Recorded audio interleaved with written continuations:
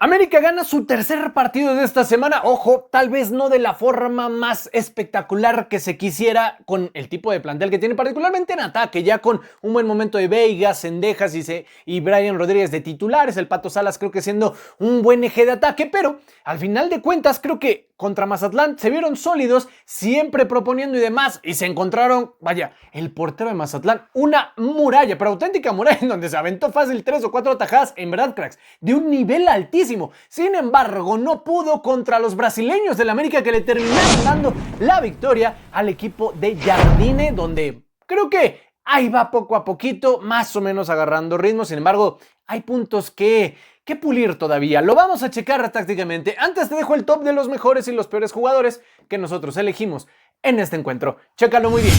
Vamos con lo mejor, en donde ponemos al ya mencionado Ricardo Rodríguez, Rafael Veiga y Jonathan Dos Santos, 2 del América, 1 de Mazatlán. En lo peor ponemos a Mauro Zaleta, Kevin Álvarez y Alejandro Cendejas, 1 de Mazatlán, 2 del América.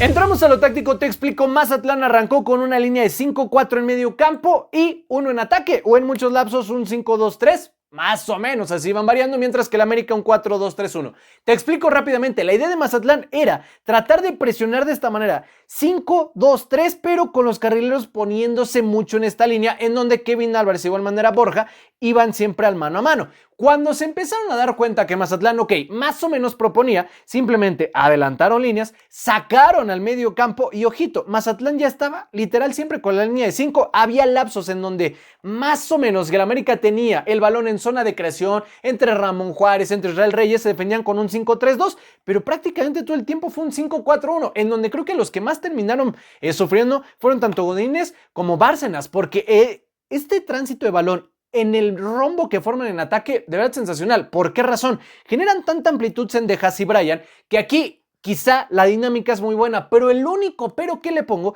es que Pato Salas, ok, se hace bastantes diagonales, Rafa Veiga sube, pero Chiquito Sánchez entraba desde un poco más atrás. No por esto quiere decir que Chiquito haya jugado mal. Lo estuvo haciendo perfectamente bien y Jonathan era el que le daba esa libertad. Más o menos como lo que hacían con Fidalgo. Se botaba Jonathan a la contención y entonces Chiquito Sánchez podía hacerlo. Creo que aquí lo único que falta es tener todavía mayor conexión con los movimientos de Pato Salas y de Veiga. Ahora, ¿qué sucede con todo esto?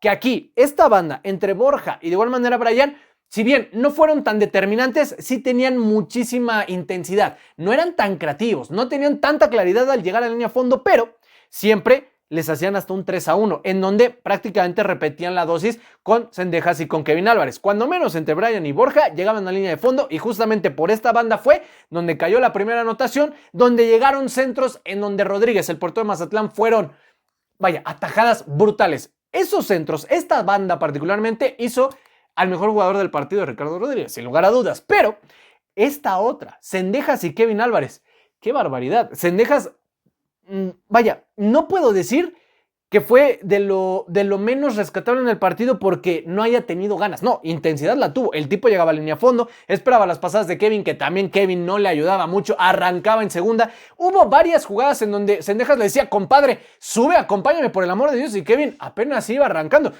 Vaya, Cendejas entonces optaba por interiorizar, buscaba algún tiro de media distancia y casi siempre terminaba fallando, más por esas ganas de hacerse notar en el marcador y a veces dejando a desear porque tenía opciones de dar pases. Ahí, ojo. Y en el tema de Kevin, qué barbaridad. De verdad, cuando tenía el balón, podía hacer una pasada y mandaba un centro. Se tardaba siglos en donde pudiera recibir y de primera mandar un centro, porque ya tenías a Pato, ya tenías a Veiga, tenías a Brian, y los que llegaban a mandar terminaban siendo cambios de juego para Brian Rodríguez, o se tardaba, recibía y rápido le tapaban, o incluso ya cuando no lo hacía, simplemente recibía el balón y retrasaba, otra vez a replegar. La situación es que no pasaba de ahí. Es tristísimo el potencial tan inmenso que tenía Kevin Álvarez y lo está desaprovechando de una manera tremenda. Esto lo hemos dicho N cantidad de veces. ¿Qué pasa con esto? Que Mazatlán, al notar la presión, ya cuando tenía un gol en contra, cerró todavía más la línea y en teoría el medio campo fue el que generó amplitud. Por eso, si te diste cuenta, veíamos ya a Brian llegando bastante a línea de fondo, Cendejas lo mismo y Veiga ya está prácticamente como otro 9.